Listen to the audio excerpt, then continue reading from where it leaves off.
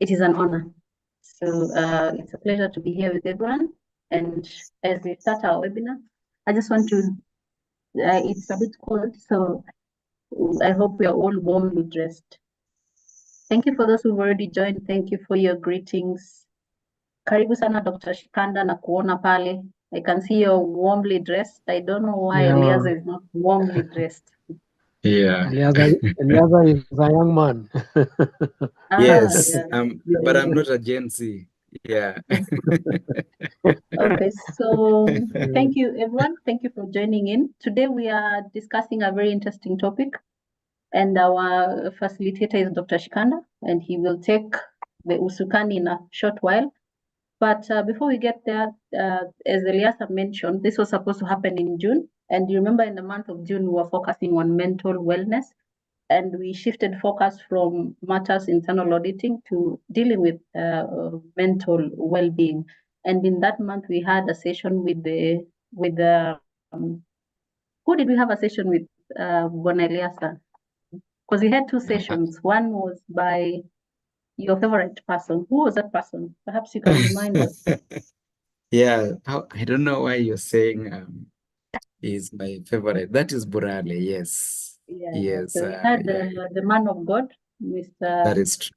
Coach Robert Burale, who took us through a very interesting session. He told us about being authentic, and he said he was organizing something for the boy child in the month of August. So that was a good session. And we have a second session, which was supposed to happen in June, as Elias has told us, but it could not happen because at that time we were bleeding as a nation. So we decided to take a break and bring this session to you today. So this is Dorte&Associates, and as usual, we do this every month, every last Thursday of the month. But when there is need, we give you more sessions within the month so that we are in tune with the happenings of the world, and so that you can bring you information at your doorstep free of charge. At Dorte&Associates, we are a GRC business consultants. We focus in GRC, and as Eliasa said, we do governance, risk management, and controls compliance. So we help you do outsourced internal audits. We help you set up your risk management framework if it's not there. If it's there, we assess it for you and we tell you what needs to improve. We do capacity building as well in all those areas, and we can actually capacity build in any other area that is related to your business. We're happy to help you and we're happy to engage with you. Welcome to our webinar today. And at this moment, I'll give it back to Eliaza so he can introduce our speaker properly. Thank you. Thank you so much. I was looking at the chat and I was really impressed. We have someone from Rinda Obusima. So Rinda Obusima is in Rwanda. Oh, wow. Yes, so that's our great friend. Welcome so much. I think today we have Dr. Shikanda. So just to introduce Dr. Shikanda, he's a lecturer at Pan-African Christian University in the Department of Psychology. Is a motivational speaker, and also, just like Burale, he is a member of the clergy. So looking at the topic today, we are really focusing on masculinity and mental well-being, whereby we know for men, for a very long time, there's dominance and an emotional suppression. But we have Dr. Shikanda, who tells us that we are moving away from that to equality. But let me not take much time now that we have Dr. Shikanda to really demystify. Dr. the floor is yours. Welcome. Thank you, Elias, and also thank you, Dorothy, for making this reality today. I think this is God's timing. We had intended to have it, as you mentioned earlier. We were bleeding, and now it looks like we are beginning to rejoice. A few things are happening in the country that are probably rewarding, and this topic may come in handy to help us to stabilize our anxieties and stress levels to adjust to the changes that are coming in. I'm also very encouraged to learn that, when I saw CPA, synonymous with certified public accountants. So I thought it's only crunching of numbers, but I think I've learned something. You say governance, risk management, compliance, as well as capacity building. This is phenomenal, and I think it's probably a new concept. I would encourage you to come out more openly, besides sending out this information, because many of our Kenyan capacities are struggling in that area. And if God is helping you to help us put these things together, why not? Why not Dorothy? Why not Elias? I commend you for that good job. Thank you. I don't think I'll need to add much to that particular introduction, except to say I am very grateful to have been considered to be the one to facilitate. And besides that, I'm sure our moderators will guide us and lead us in asking any questions we may have as the presentation comes to a close. I hope I have the right to share the presentation, Dorothy. Yes, you do. Thank you. Let me try again. Attendee screen host, can you please allow me to share? I'm trying to share screen.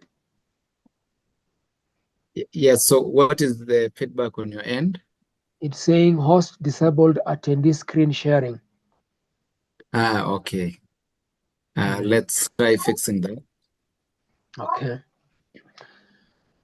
But in the meantime, it's gonna be interesting. This is not only for men. Dorothy, you're gonna benefit because you're going to support the men and any other lady that is in the meeting. All of us are equally participants, gender notwithstanding. So try again.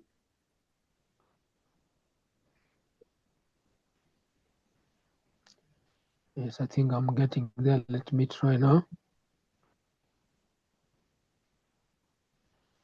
Open the wrong document.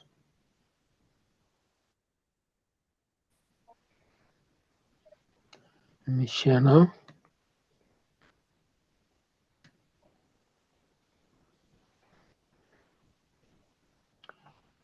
Can you see that? Is it visible on your end? Loading. Yeah. Loading.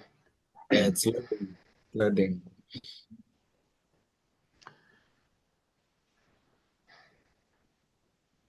Okay, it's a blank screen. Elias, can you see something? Yeah, so it's still loading. Okay, there we are. There it is. Yeah. It's now there. Yeah. Yeah, these issues of technology. You can put it on presentation mode. So it's where is this?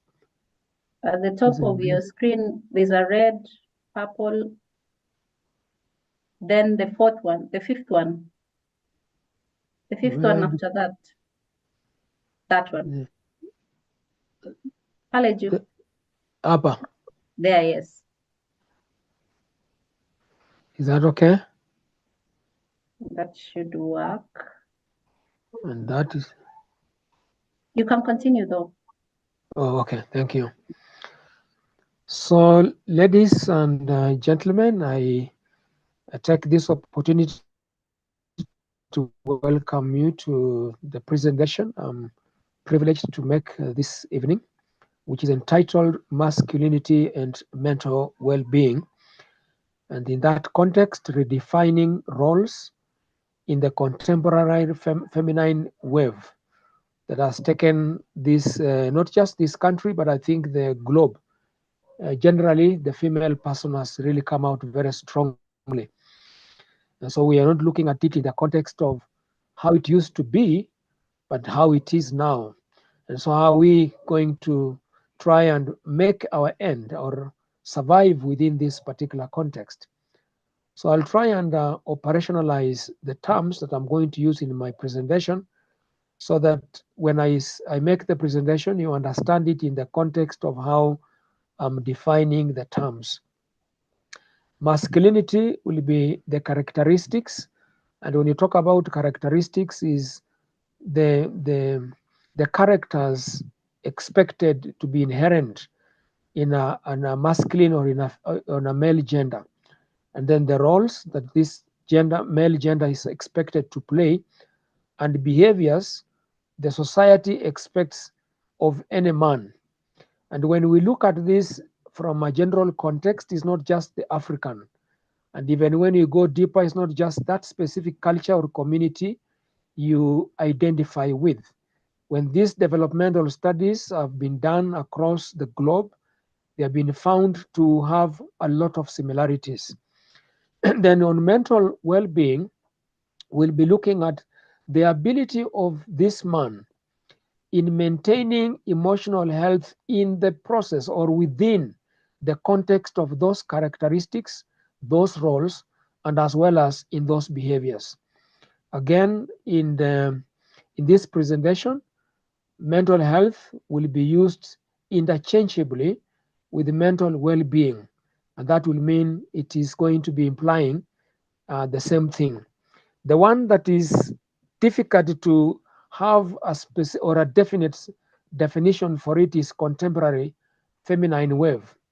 But in this particular presentation, we'll be making reference to attempts to end gender discrimination. Being obstructed by to end gender discrimination and introduce gender equality. For those who have been in Kenya for, I think, a longer period of time, I'm trying to look for the year when women had a huge conference in Beijing, in China, some time back, and when they came back, they had a totally different dispensation and total outlook on what the roles of a woman would be and how they are going to function within the society.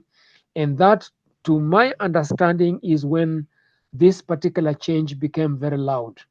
Then again, from our Kenyan context, we saw, and I tend to believe, efforts by the late former president, Daniel Arap Moi, with the introduction of Moi Girls. I think he did that in most counties.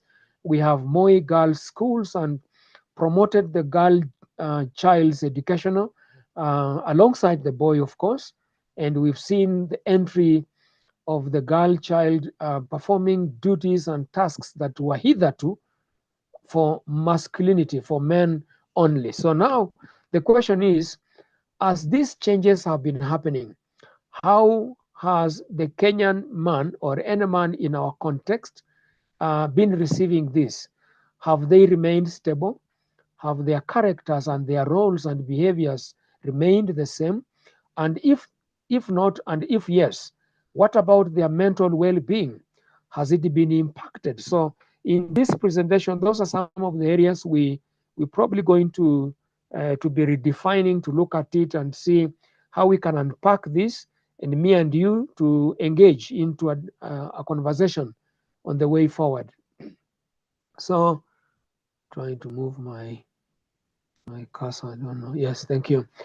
So the concept of masculinity in broad terms can be looked at as a social construct. This will encompass, as we said earlier, the behaviors, the languages. Daktari. Yes, sir. Maybe it's on my screen. Let's confirm if you should be in which slide? Slide number 3? Yes, number 3. Dot, you are in which slide? First slide. So I think it's not moving. It's not moving. Yes, thank you. Oh, so I don't know what I need to do to move it. So maybe you can click on the far left. Just click the next slide on your far left. So click slide number 2 because I think it's on the far left here. Now the slides, you see 1, 2. So click the second one. I think when I have the second one, I think I'm going up rather than go down. No, I'm going further. Yeah, Which slide are so you seeing? Oh God, I went off. I've gone back. Can you still see anything on your end? yes, Yes. yes, I can see the screen. Now it's off. All right. Let me try and reshare that and see. I don't know whether this technology is letting me down now. That reveals I'm not a Gen Z. Yes. Because the Gen Z have been having very good meetings using technology. Okay, I am back. I don't know. Can you still now be able to see? Yes. Yes, yes. When I go to the slide mode, then it covers my entire screen. Okay, I'm then not you able can to. just leave it that Sorry? way. Just, Oh, you don't okay. need to put it there. But you can see it yourselves. Yes. Yes, yes. So click the next Okay. slide. Yeah, that's fine. Yeah, Now we're that's good. fine now. Oh, great. Yeah, Thank you. thank you. Thank you. Thank you, sir, for noticing that. So now we were looking at the behaviors, the languages and the practices which exist almost in every culture, and of course, when a man behaves or thinks differently or does things differently, some people in the Kenyan context can say akona umama, you know, and when that statement comes out, you find it kind of like touches on the ego, on the masculinity of that particular individual, and then you wonder, what have I done? So there are very clear boundaries or dichotomies that have been made, are brought about by every culture, every community, that will govern how a man should behave and function, and how a female should behave and function. These are what we call traditional norms. But now, those traditional norms, in the wake of the, the changes that I alluded to earlier, when you walk into a financial institution, you find the tellers, the bank manager, could be they are female or there's a mixture of both genders. Then you are getting to realize that the traditional stereotype that the woman should be in the home looking after children and running the home, and the man going out there and being the breadwinner is no longer holding. At the same time, other stereotypes that were alluding to men kukaa gumu, for lack of a better word, persevere. Even when they are going through a very difficult moment, their emotions ought not to be revealed. That is the stoic nature of a man, and endure all this hardship. Again, that has come in probably to affect the mental well-being of a man. And I think there is a saying among the men that men do their crying in the rain. So you would not tell whether what is running down their cheek is rainwater or it is actually their tears. So this being stoic, being independent, being tough, and being powerful, how is it affecting the mental well-being of a man? Some have even said that if a man was single and living on their own, and probably when they were doing the cooking at night like now, and they realize they have either run out of salt or some very basic thing, they have a neighbor, but that man cannot go and knock the neighbor's door and ask for it. Why? Because of the egocentrism. And how is that affecting the mental well-being of a man? So let's look at the significances of men's mental health, because mental disorders affect both men and women, as opposed to, of course, we have data which, for example, would indicate that women would report more depression and stress. Yet men also do. Why is women's data available? It is because the woman has found a way to seek help, to seek medical help plus talking to somebody, and that data is captured there. But the man who is suffering the same but does not take any measure to go out there, then their data is not there. Then again, the mental disorders that affect men and women, some of them could be more prevalent in the men, others are more prevalent in the women. But on a very specific note, there are disorders that we consider they begin from childhood into adolescent, and sometimes they can stay with somebody throughout their life into adulthood, throughout their adult life. And those kind of challenge mental disorders, which are synonymous with the men and mostly men, autism, autism spectrum.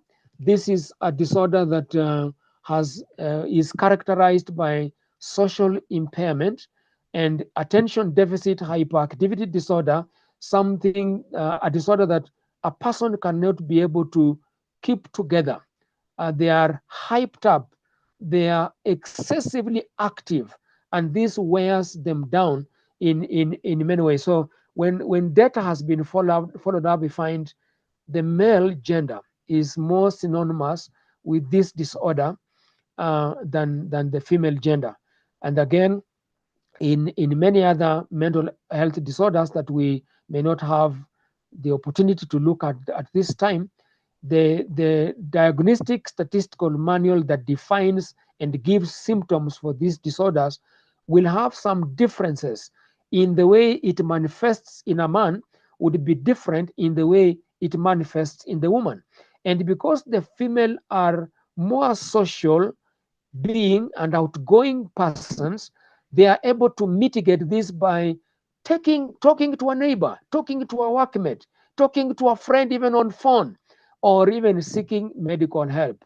Whereas the man, the culture, the masculinity element that they hold so dearly to would deny us the privilege to share our problems with another person, including when they are going through a conflict even within their own marriage. Some man would think, why should I go and tell another man or another person matters concerning myself and my family? So they really struggle and remain in that particular position. So this is the reason we are saying it is imperative for us as men, or to encourage the man that is in your life to come out and seek help when that particular problem is realized. Of course, then there is also the concept of femininity, which is also called womanliness, because there are behaviors and roles that are generally associated with women and girls, and that is like they are submissive, they are obedient, they are nurturing, and they are running and managing the family, supporting their man, just like the way from the biblical concept that the lady or the wife is the helper. So then femininity in this context can be understood as socially constructed, and there is also some evidence that some of these behaviors are influenced by the culture. Now, if they are influenced by the culture, and this female person is moving from that cultural encapsulation and getting into that modern, excuse me, modern world where they are also engaging and taking head-on careers and positions that were hitherto are preserved for the male. So how is this male person finding themselves, excuse me, in that particular space? How are they functioning? The woman is empowered, the man is empowered. So the two of them brought together, is that submission still available?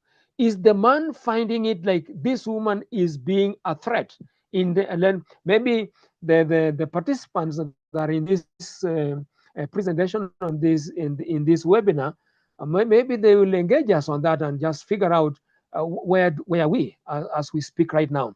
So these stereotypes influence men's individual health and outcomes, and also have what to call societal impacts. For me, I'm a practicing counseling psychologist, and many of these issues, both individual men and women, and sometimes the couple or even the family as a whole, would come to me to look at these things. And some of the biggest fight is, you've heard of some ladies saying pesa ya mwanaume ni tamu. I don't know how to put that in English. Is that a female person would feel like a man's money is sweeter. Why?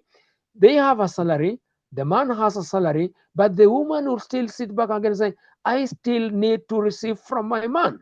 So when the man is pushed to that length, culturally, traditionally, he is the provider, not only of resources, of security, of love, and is the stronger guy who is supposed to support everybody else in the family and him to support themselves. So how is this impacting on the health of this particular man? So men in general, again, we have seen from empirical data, have a poorer health outcome, and younger men, that is the adolescent, and I think some of them, what we are calling the Gen Z, would fall under this particular bracket because of their hormonal differences. And remember, the male hormone testosterone gravitates towards aggression. That's why you see when this adolescent person is out to do something, even a bullet or the water cannon would not be able to stop them. So why? Men are at a greater risk from injury, either accidentally or like if there isn't a parent logged into this webinar, a boy child riding a mountain bike that has been gifted to them. If you watch them ride it, you would think this guy, when they crash, they will not come out of it. Do they crash? Oh, yes. They either accidentally, through risk-taking activities, including self-inflicted. Maybe a good example again is a man driving on the road, and probably you are heading to Nakuru and you have hit the highway. And you find this man, a vehicle passes them, and then they begin to accelerate. They are chasing after this person like they were in a safari rally. And those are some of the risk-taking behaviors that are very synonymous with men. Young men are also less likely to seek for health care. A man would stay until that particular part of their body has almost become literally dysfunctional. Then they'll wake up and say, oh, I need to get help. If the man has been doing that on their own physical body, how much more about their mental well-being? Something that is not overtly seen even by the partner, the female partner, or the people that are around them. They can see physiological, cognitive, emotional behaviors manifested in this individual, but when they are told, you look different, you are acting differently, do these men step out and say, then I need to find help? Studies show that younger people and men in general have poorer health outcomes, and so they don't really go out to seek for help. And this correlates with what we call traditional masculinity norms that reinforce beliefs around the male body being strong. And a female in this webinar will tell you, and they are married, let me put it this way. A female person can be knocked down by a flu or a fever, but while they are down, they are still very much in control. They are rising up, attending to children, even attending to this man who is alive and kicking, and doing all manner of house chores. Let the man be hit by that same flu, the man becomes totally incapacitated. And this is why this area of masculinity, the traditional cultural belief that we are strong or men are strong, it needs to be redefined. It needs to be looked at not only in the context of the biblical context where God said it's not good for a man to be alone and gave them a helper. What was the role of this helper? And what was the weakness? Could it also come into the mental aspects of a man? In fact, if this webinar was that of a population that we call married and adult people only, because we don't know who else has logged in here. We will discuss pertinent, private, intimate matters that are to a man, and the benefits that accrue out of it, accrue out of it, and especially from a marriage. I think we'll share, but I'll be just looking at it from the surface. I'll look at some of them. But let's look at different influencing factors that would trigger mental challenges or become an etiology or a source of a mental disorder or problem, especially to a man. And we want to look at it from the context of the traditional cultural aspects and expectations of a man. Number one, be the breadwinner in the family. Now the question is, can that still hold right now in the current dispensation? The female person has been empowered. Should the man remain the breadwinner in the family? Then if they remain the breadwinner in the family, what will be the role and what will be the function of the source of income or finance that this female person brings into that particular family? So when we look at it in that context, we think, do we need to have it redefined? If we hold it verbatim the way it is, how does it affect the mental well-being of that man? Displaying traditional masculine traits such as strength and control. Of course, the moment the female person became empowered, then again, most of the men whom I have encountered will tell you it has become increasingly difficult to literally control the modern day female like the way our fathers controlled our mothers. Bindu bichenjanga, the way the lawyers have put it, and I think I picked that word from one of the politicians at one time. So because these things are changing, then we need to go back and say, if the man wants to control that woman and the control is not taking effect, does it affect their ego? And if it does affect their ego, does it affect their mental well-being? And if it does, what is the man supposed to do to wriggle themselves out of it? Again, rely on oneself and not seek help from others. Meaning, men may even have friends they socialize with, and the best they can do is sit around together, talk general things, but no man can open up and say, hey, kwangu, in my backyard where I've come from, this and that challenge is happening. Why? Because they rely on oneself. They don't talk. They keep it to themselves. Then there is reluctance to speak openly about their emotions. Remember, even in a marriage context, you find a woman may demand, the wife may demand, you have never told me you love me. And the man said, huh? What do you mean? Don't I do this for you? Don't I do that for you? So the interpretation is, this woman should see what I'm doing or what the man is doing as an emotional expression. No. Hii kukaa ngumu, in fact, like, it is not manifested on the facial expression. And when somebody does not express their emotions, does it have an impact on their mental well-being? Because you see, like laughter, smiling, we have empirical data that shows when those emotions are expressed, right, then it soothes the mind. It reduces stress and depression levels of that person. But because men, in our characteristic, don't show the emotion, don't show that woman that you love her, atakuringia, amata, they will develop some kind of kiburi. Then downplaying their symptoms.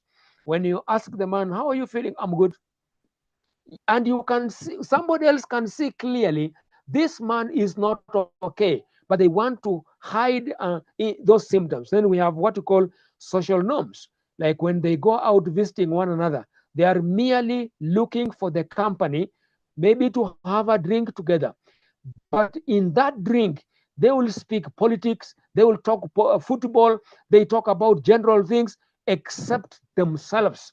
They still protect their areas of ego and not allow that to happen. So holding on to these traditions, which are, in my own way thinking, they have been overtaken by time. We can ask and find out, how can we now be able to allow this man to function in this changing wave, an empowered woman, how can they be able now to also make an adjustment and function within there without coming in very strongly with their cultural and traditional encapsulation? All right, then I would like us to look at the symptoms to mental illness, because as I said earlier, mental problems or challenges or disorders affect men and also affect women, but the symptoms and way of identifying that can change according to different gender.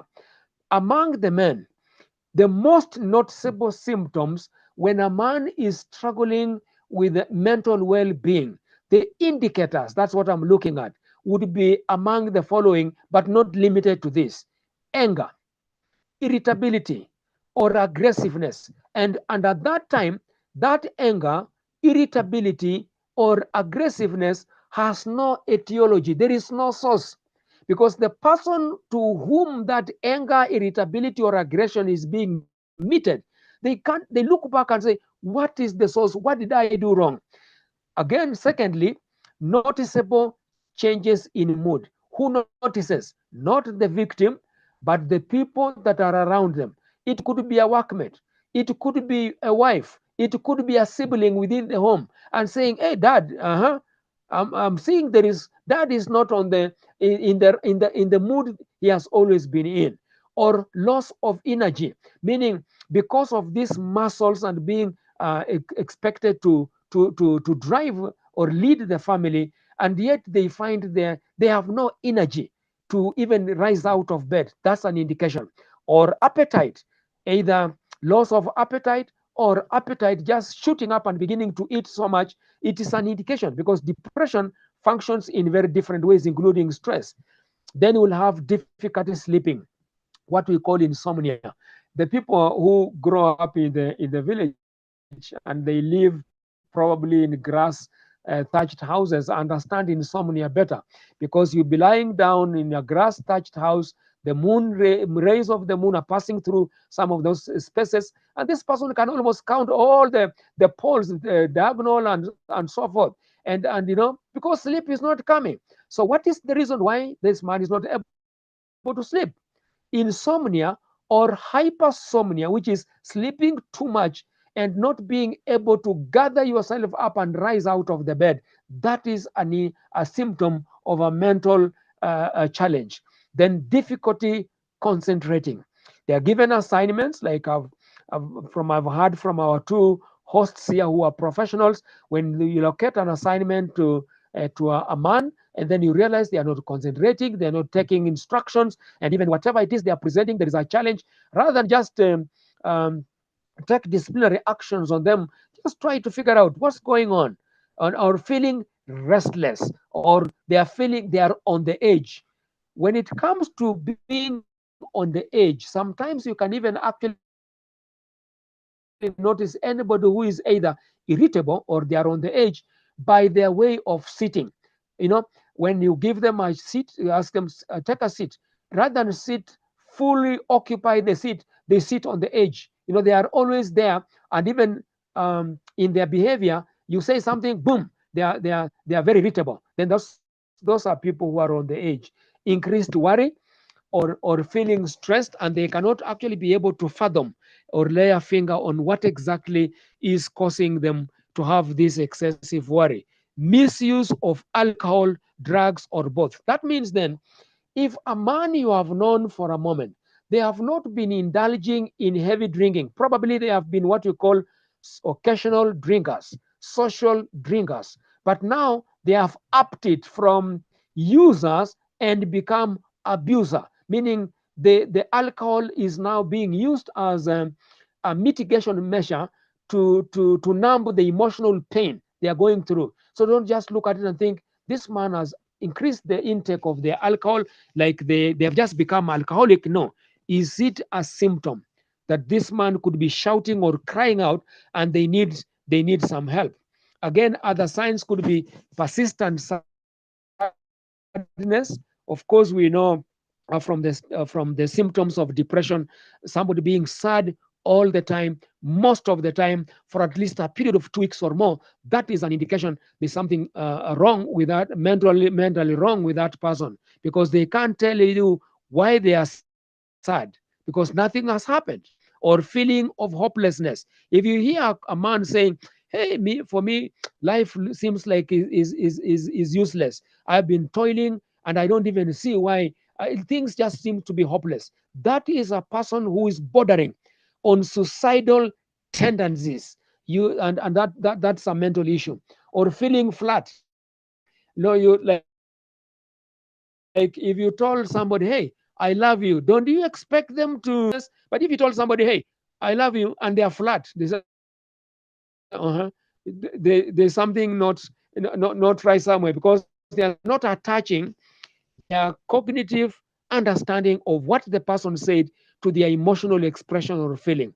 Or engaging in high risk activities, which could include alcoholism, having unprotected sex with multiple partners, that kind of thing.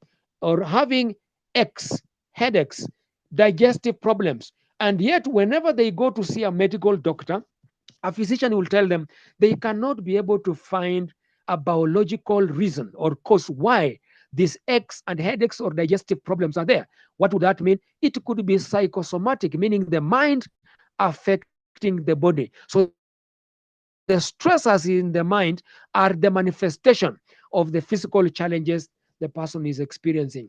Or obsessive thinking or compulsive behavior. Obsessive thinking for a man could even include worried about the children, worried about their future. And of course, people who are CPA, like our hosts here, will tell you that in the areas of planning about your wealth and investment, these are the experts who can talk about that.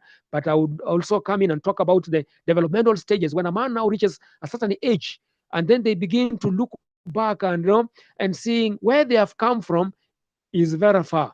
Where they are going, meaning as they are aging, is very close. Then they become obsessive, obsessively thinking and worrying about the future that is just very impending. Thoughts of or behaviors that interfere with work, with family, or social life, and these thoughts are not going away. They are almost permanently with them. And then there are what you call thoughts of death or suicide or suicidal attempts. What I would like to mention here that's very critical are people who commit suicide or take their lives. It's not something that just happened instantaneously. It has been a process. It's been taking a long time. I know of some people whom I've had in my therapy that would reveal they had bought this rat poison a year ago. It's been lying somewhere. They bought this rope. They have even been walking around for the last 3 months looking at the trees available, which one has the right branch that they will hang their neck on it. So these thoughts of death could manifest in different ways. Like, for example, somebody comes, hey, I dream a lot nowadays about dead people, and there is this uncle or my so and so who died, and they keep beckoning on me, calling me, inviting me to come, that on the side where they are, it looks like it is better there, and they're telling me come quickly.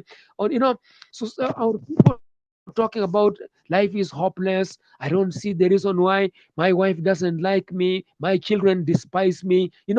These are suicidal ideations. As we package them in the field of psychology, we call them suicidal ideations. But there could also be suicidal attempts. Let me tell you this. In statistics, empirical data, women, they have suicide attempts and they survive because they are not very lethal. Men are not good at that. A man executes and they die out of it. So this is why it's imperative that when a man is suicidal or they are so pushed by depression to a corner, other men need to come in and support this individual, because suicide is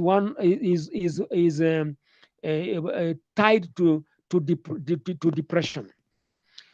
So as we come Yes. closer, So maybe, Dr. yes, yeah, so this is quite interesting.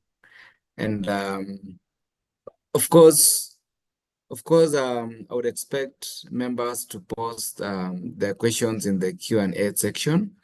But there's one question, Dr. that came in from Patrick, and is like, is there a normal person as far as mental illness is concerned? So, and of course, together with that question, I was trying to ask this question, and I'm like, at times you're stressed, or you have some fatigue because of a long day, and you can sleep longer than expected. And we don't really, do you say that that person is suffering from some mental disorder?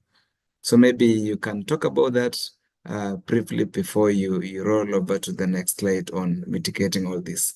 Thank you, Dr. Thank you. Those are two questions or comments to make. One, is there a normal person? The answer is no. Very clearly, no.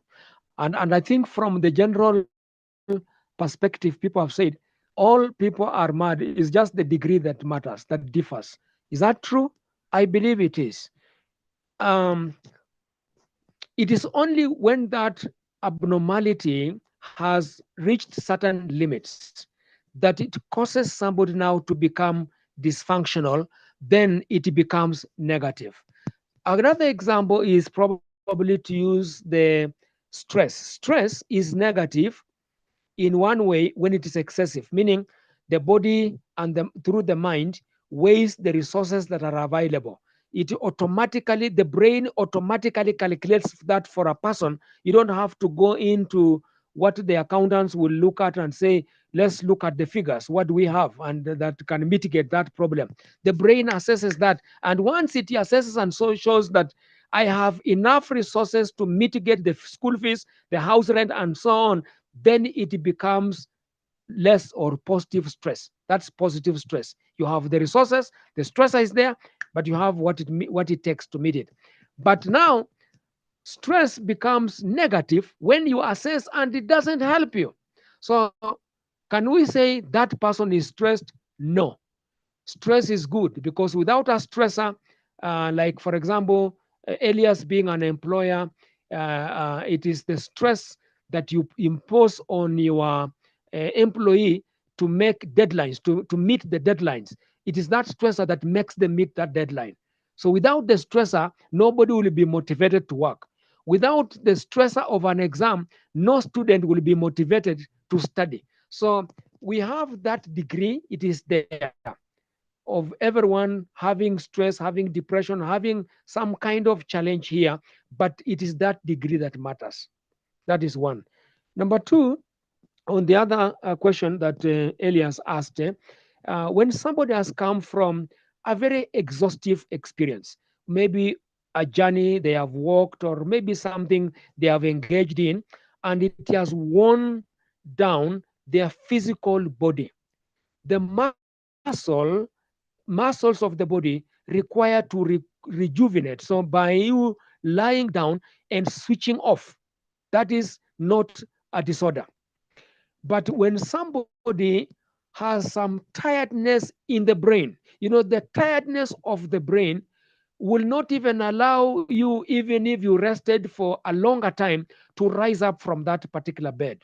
That is now when we begin to look at it like it could be a mental challenge, some challenge in the mind, some worry, some fear, some anxiety, some stressor, some depression that could be going on. So we need to draw a clear dichotomy. Of course, there are moments when somebody will be genuinely tired, right? Like when I traveled from Kisumu yesterday, arriving here in the morning, over the night.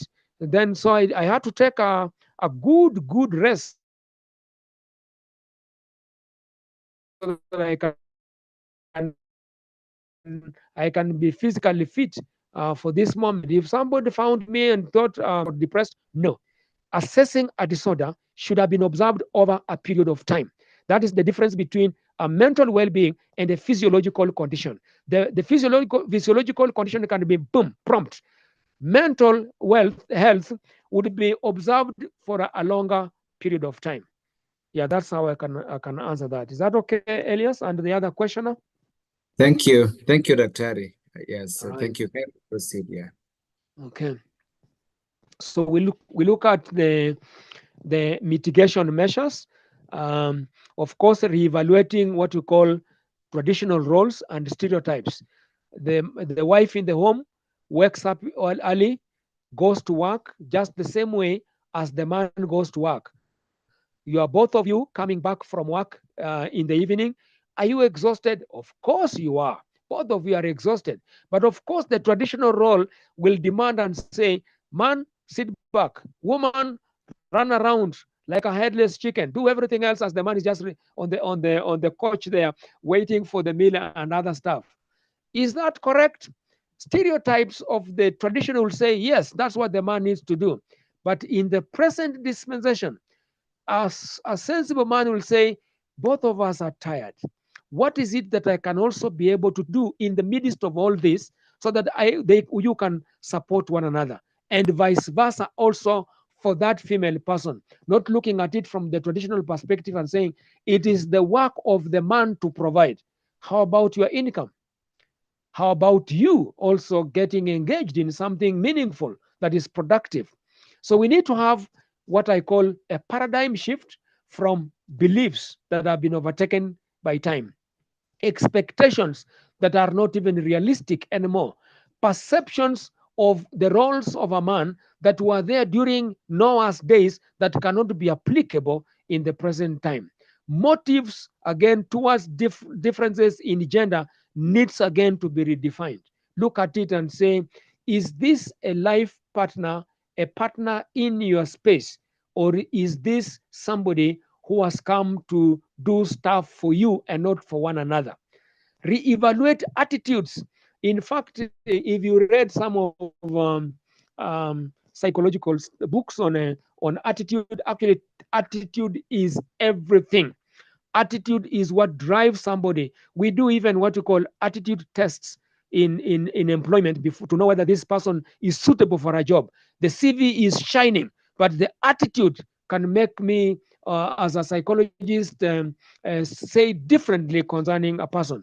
Remember in the Bible I quoted here, I hope I will not be offending anybody who is not from the biblical perspective, Proverbs 23 verse 7, where the Bible says, as a man thinketh in his heart, so is he. So the thoughts, according to the study of psychology, thoughts and feelings inform behavior. So before that person has acted the way they are acting, go back.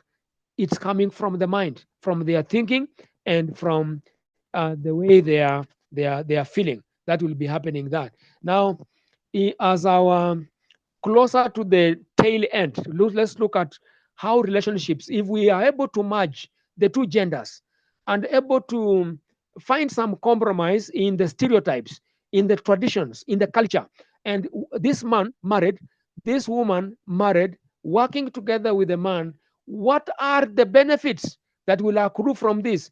And let me tell you, men who are here, actually men benefit more from a marriage relationship than women. And this is the reason, I hope the men who are here will not throw stones. This is the reason why you'll find a woman, when they are empowered, marriage becomes a bad bargain. They would rather even stay alone for a longer time. So what benefits do men get from a marriage? Married people, and especially men, they tend to be healthier physically and mentally. On the physical part, remember the balanced diet, the hygiene of the home, and the general maintenance of the home. A home where there is a woman, even though she is busy engaged in work, she makes that man's home and life in that surrounding to be very healthy. And then mentally, remember, have you ever come from work and asked uh, the wife asking the man, how was work today? The man will say, good. And then make a mistake. Is it a mistake? Let me put it this way. Ask the woman, how was the day, honey? Let me tell you, you have opened up a Pandora's box of a speech that you never expected. So now, how does that help the man? When there is somebody to talk to you, they engage you. Let me tell you, it is one of the best stress relieving remedies that the men have. All right, the partner. So don't look at this woman and think like it's a bad bargain. No, no, no. Her presence is very critical. Then married people tend to be better off financially. Some people may doubt you and say, hey, this lady comes up, oh, let her person, hey, bring this money for this. Do data, do look at data. Empirical statistics show married men are better financially. I'm wondering whether that is the reason why some of these younger ladies would be running after married older men, because they have money. Who helps the man to have that proper financial control? I think we have CPA people here. The wife, Then married people have fewer disabilities and chronic illnesses. In fact, when you look at medical data, women have shorter stays in hospital. Why? Because they go there for checkups more often than the men. Men go there when the thing has malfunctioned, and men who are married, when they go there and they have a person supporting them and praying for them and wishing them to come out, then that chronic illness is not there. Why? Somebody's checking, say, hey, where you have been eating this too much, your weight, I need you to be checked. No. So that's why I say married people have fewer disabilities and chronic illnesses. Before you get there, there is somebody who is your mirror supporting you. Again, so that's why I'm just to learn from this, to see what of these traditionals and cultures that we put aside. Then married people have lesser chance of getting depressed. And if this was a couple seminar, I would have really gone deeper into this to help you just unpack what is this getting depressed. Because when you have somebody around you supporting you in this, supporting you in that, talking to you about this, and even if they are there and you shout at them, actually, let me tell you, it is a stress relieving. When you make that shout, you have debriefed, you have removed the stressor that was in your head just by shouting. Although I don't recommend that you shout at each other, because when you do, it's a source, it can be an etiology for some conflict to begin to happen. So what interventions? As the last slide, what interventions, my people who are here, do we need to have in place for managing mental illnesses? Number one, put aside traditions, put aside these cultural encapsulations. Enter a discourse to resolve conflict in a marriage or in a relationship or in workstation. Don't just bury things and sweep them under the bed, or just put on your masculinity gear and say, I am the man, and what I've said must be done. It's either my way or they hit the highway. Enter a discourse to resolve conflict.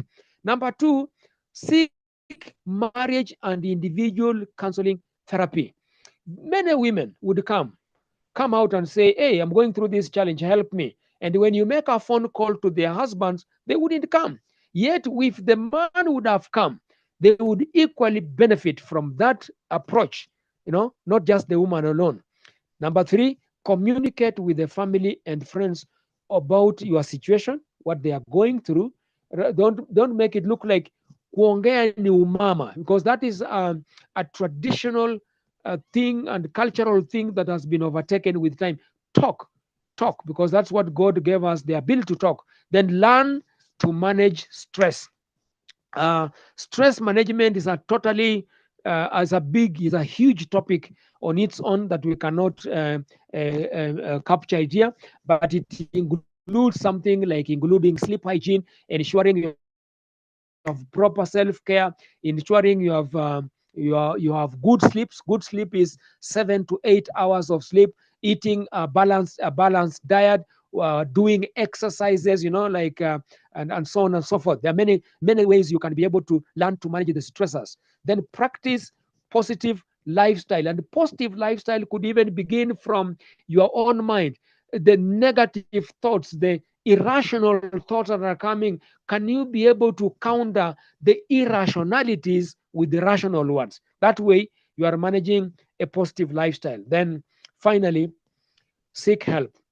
for issues such as low self-esteem. When you feel like, I'm not the one. I have never been this low. I have always been up and running. I have always been able to do this and do that. What could be happening with me? Seek help when you realize there is that situation. Thank you so much for listening to me, and I return this back to the moderator. Thank you. Thank you. Thank you, Daktari. Personally, I picked my piece. You know, when we were young, we were told that you man up. Those are the things we were being told, or like boys don't cry. But really, this presentation was really insightful. We really appreciate. Moving on to the Q&A, I can see a question from Anne. So yes, the first question reads: can depression lead to very severe package? So that is the first question, Daktari. And then dealing with personality, the second question considers introverts. And it reads, how do you help introvert men who don't want to seek help, even though they know they are mentally not okay? So, Daktari, take the two questions before we proceed to the next. Thank you. Thank you. I hope I remember the first one. Maybe you'll rewind when I get to the second one. The first question was, can depression lead to severe back pain? I think that was the question, was it? Yes, Daktari, that was the question, yes. Great. Yes and no. That's what I mean is this. Before a condition can be determined as mental and not physiological, every person is requested, once the physician is unable to tie down that particular back pain to any physiological condition that is biological in nature, they are also able to say or to hypothesize, could it be a mental issue? Referral to either a psychiatrist or a patient. And that's now when it becomes possible for us to determine that that back pain could actually be having its source in depression. Thank you. Yes, thank you, Daktari. So I hope that answers the question. It's a yes and no. We might need to move further and do a number of diagnoses to really confirm. So thank you. So the next question was on personality, and the question was like, how do you help an introvert, like introvert men who don't want to seek help, even though they know they are mentally not okay? Yeah, that's one of the major challenges. What we know in the field of psychology is that personality disorders are some of the most difficulty to handle and even to diagnose and process. However, introverted person is almost like a permanent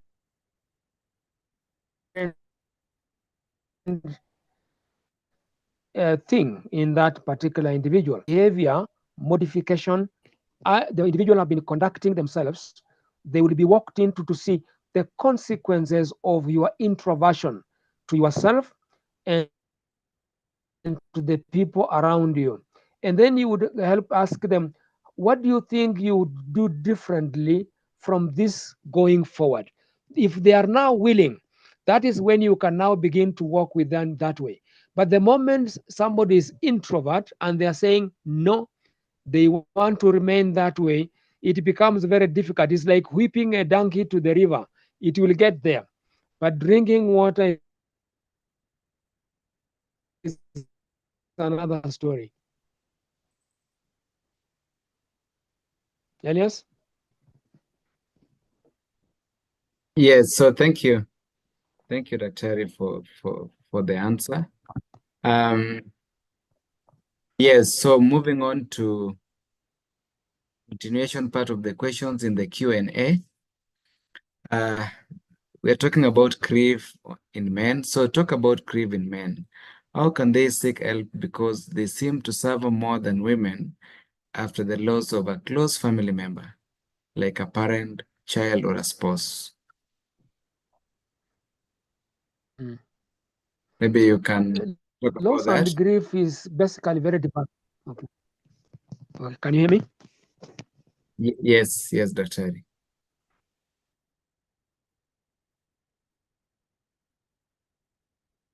Loss and grief can be very devastating. It's in the Bible, John 11, verse 35, I believe, where it simply says, Jesus wept. And remember, it is not a very common phenomenon to find a man weeping over the loss of a job, the loss of a child, or the loss of a business, the loss of an income, because losses are many. So in this context, those who grieve over the things they have lost, they heal faster.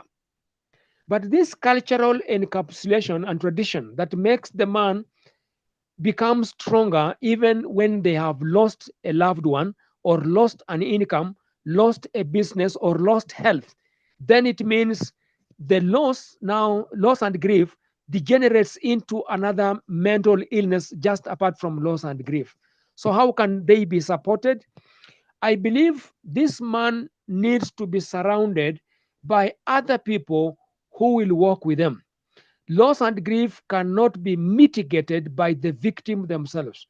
It requires social circle of the people around that particular person who can support them, because crying culturally, it is a taboo among men, among the male gender. But men who are able to cry, let me tell you, the debriefing of that loss and grief is faster than those who cry and the tears drop inside their chest rather than coming out of their eyes. So loss and grief for a man, yes, is a good thing. Okay, thank you, Dr. Ari. There is a question from Alex. So Alex says, what is the best way to break an OCD cycle, especially for someone on the autism spectrum? So I believe this OCD cycle is obsessive compulsive. Yes, disorder. OCD cycle, yeah. Yeah, it's an obsessive. It's an obsessive compulsive disorder. However, OCD is a different diagnosis. It's a different mental diagnosis from autism spectrum. Now, I believe what the questioner is implying is that an autistic child or autistic patient could manifest behaviors that are obsessive. For example, going round and round in circles in a particular position, or standing in a manner for a very long time in a particular do. Is it the same as OCD? The answer is no. It is the way the spectrum, the wiring of the brain of an autistic person is functioning or perceiving things at that particular time. However, we use what we call behavior modification therapies that could be communicated to such a child through what we call play therapy, because an autistic person, remember, also has what we call a learning disability. So they get engaging them one-on-one can be difficulty. So somebody else will model instantly. When that child has done that, they are stopped, and another person or another child is asked to model, and then it becomes like you are modeling a behavior change. That's how it can be done. But OCD as itself, it's treated. It is treated through what you call again behavior therapy. Kwa maana OCD can be like somebody has left their house and They get to work, but they keep calling at home. Did I switch off the gas? Did I close that door? Did I do this? When actually they did it. Or when they meet people, they shake your hand and they think you are contaminated with the germs. So all the time they are washing their hands, they are doing this, they are doing that. That is what you call obsessive compulsion. How is it treated? Through cognitive behavior therapy. It's doable. Thank you. Thank you, Daktari. Moving on to the next question. It's a compliment from an anonymous attendee. So thank you so much, Dr. Shikanda. Everything is well explained, and I have understood and enjoyed the session.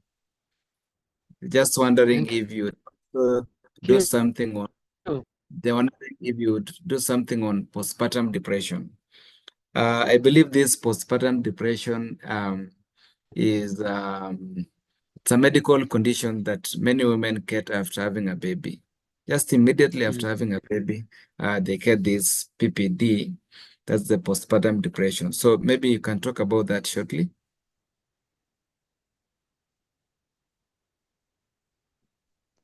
Yeah, as you have put it correctly, postpartum depression is a result of the excruciating or painful struggle and the processes of a disorder that is very risky, because that woman, the mother, can become a real danger or a risk to the baby they have given birth to. So it requires that once that is noticed, it is mitigated immediately, and the safety of the child is put in. The measure to secure and protect the child is put in. However, postpartum depression is not a cognitive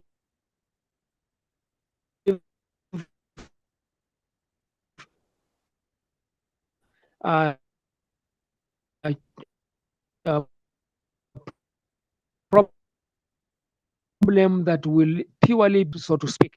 It also requires and physiological intervention that requires multifaceted professionals coming together, especially from the neurological, because some of the treatment for postpartum depression includes even the passing of electricity, high voltage power, through the brain to debrief that emotion, that painful, to erase that painful memory of the labor that the woman could have gone through. That, I think that's the much I can say about that.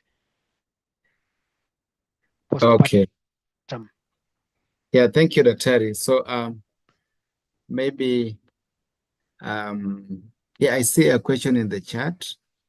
So this one is, yeah, it's really funny because Patrick says this is funny, but it feels like I feel like crying. I feel like crying during celebrations, but very calm and tearless during sad moments. Is like during these sad moments is almost feeling like laughing out even when people are screaming. So maybe you can talk about that, Daktari. Is on the opposite side. Yeah. Yeah.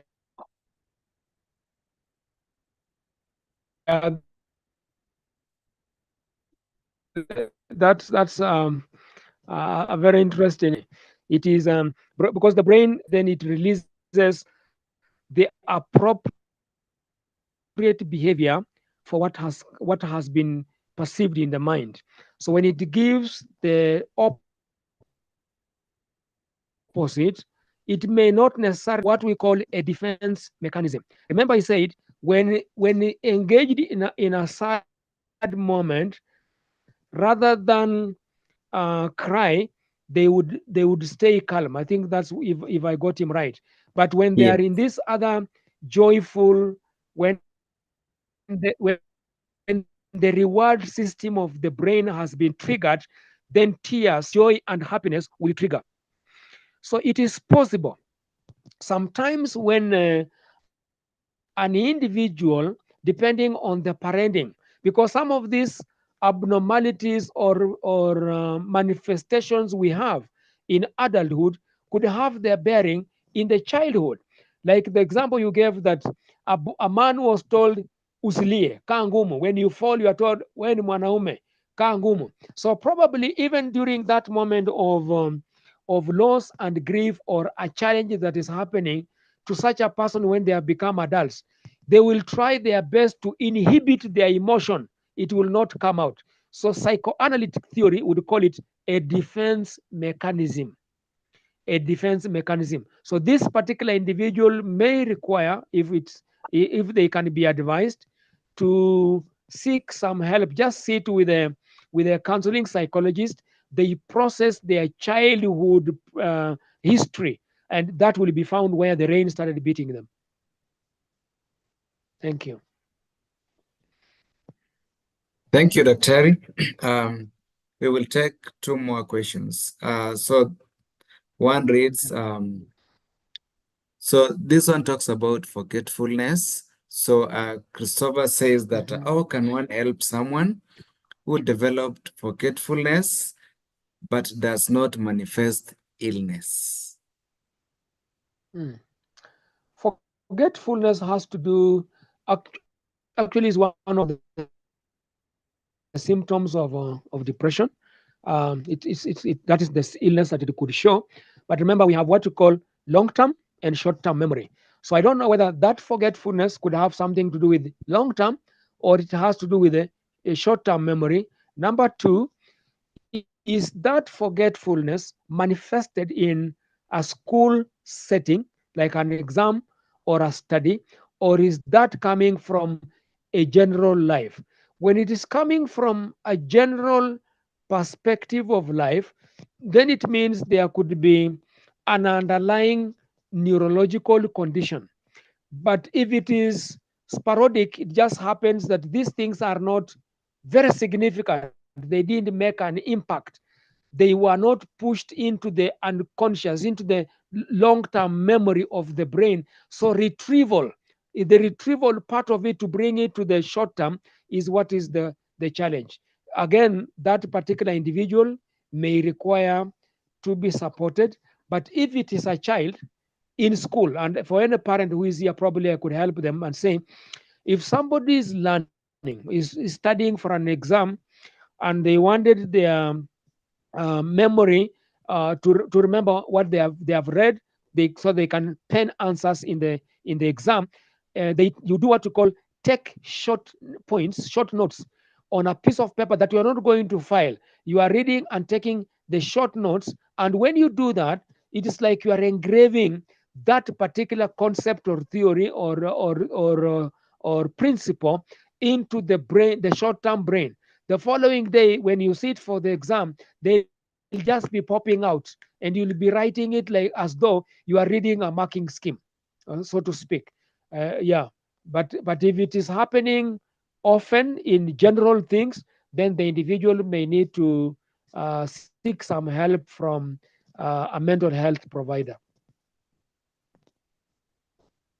Yes, thank you, Dr. And then one last question from Alex. What role does thinking in spatial terms play in mental health? And how can one overcome challenges caused by this form of thinking? Thinking in spatial terms. I would like Alex to help understand where, because spatial is defined in many ways. What is the context of that spatial, Alex? Yes, so I believe he's talking about when you are thinking in reference to a specific or an exact item, and you are thinking in reference of maybe an example.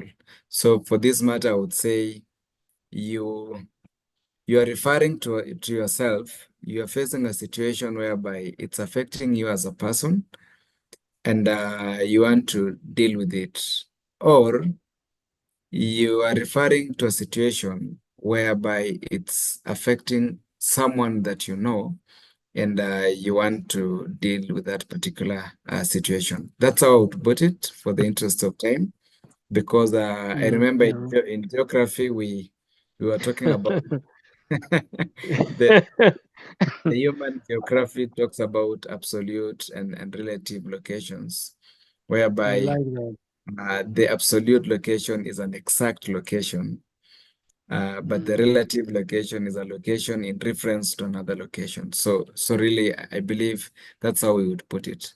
Over to you, Dr. I like your understanding of this, and you must be reading a lot outside the box of CPA, because I've heard Yeah, you making making a lot of comments that are psychological in nature. We yeah, could be looking at what you call a person projecting their feelings, their thoughts, or what is happening to another person, and they can actually be able to project either that pain, that situation onto themselves. And I believe it was Sigmund Freud who speaks very loudly in that context of that projection. How can this person be helped? Psychoanalytic theory has a very interesting concept of skills and techniques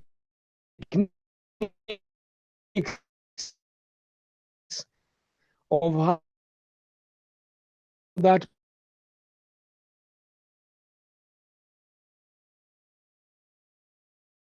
person can be debriefed, so they don't project to me they are crying, and then I empathize, I take in they are crying and begin to cry with them, when actually I'm not in any pain. They are the ones that are in pain. So you are taking in what belongs to another person,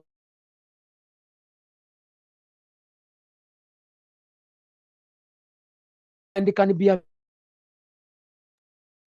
big toll. It can take a toll on the else's problem, and it can very sufficiently be handled. Back to you, Elias.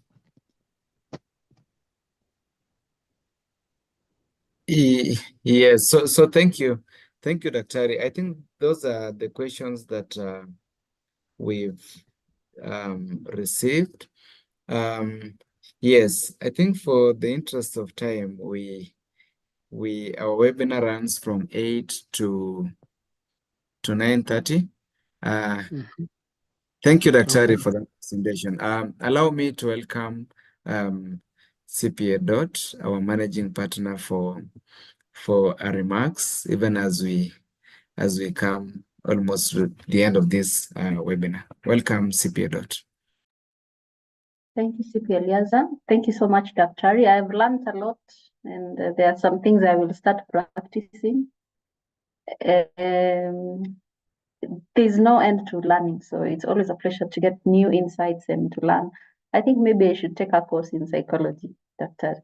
because I can send you the documents tomorrow. Will you give me a certificate?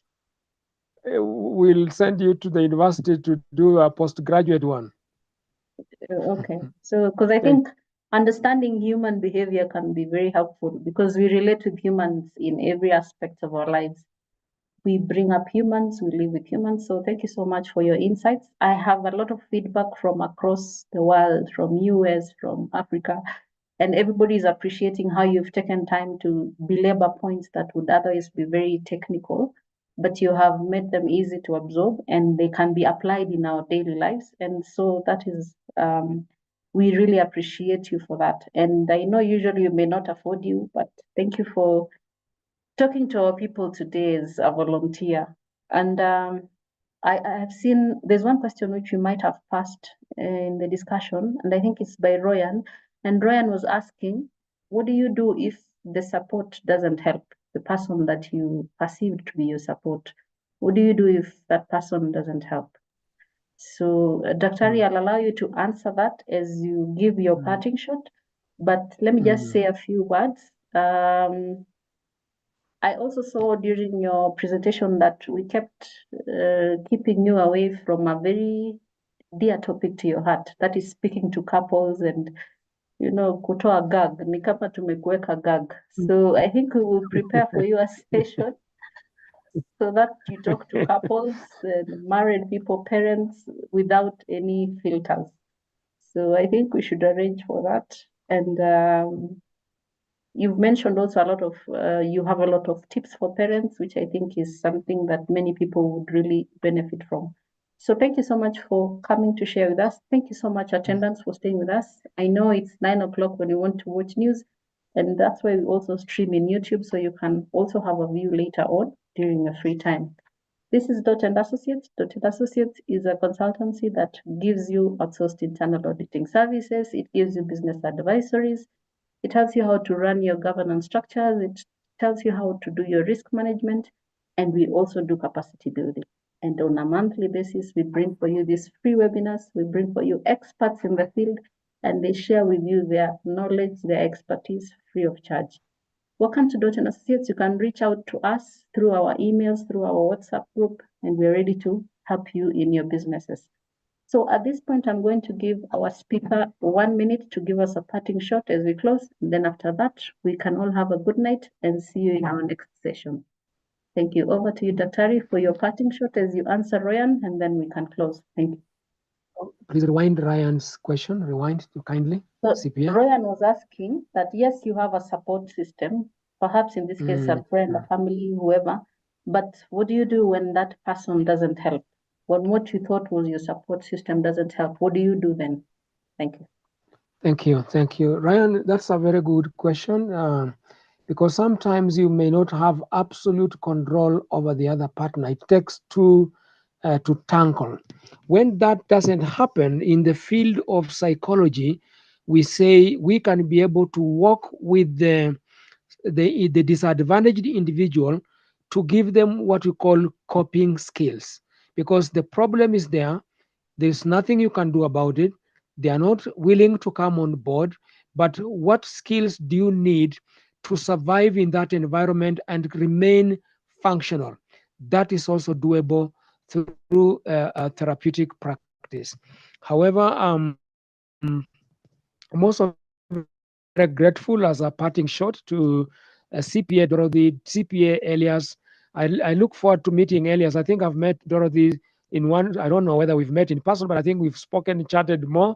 And I'm really, really grateful that such a very pertinent and critical topics, you are bringing them on board free of charge and helping many, many deserving families. And I really look forward to working with you if we can make the world a better place to live in. Thank you.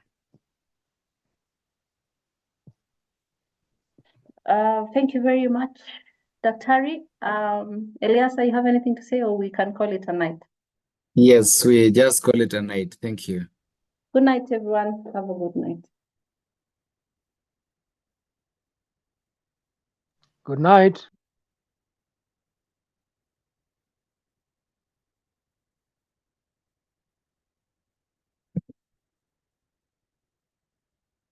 Good night.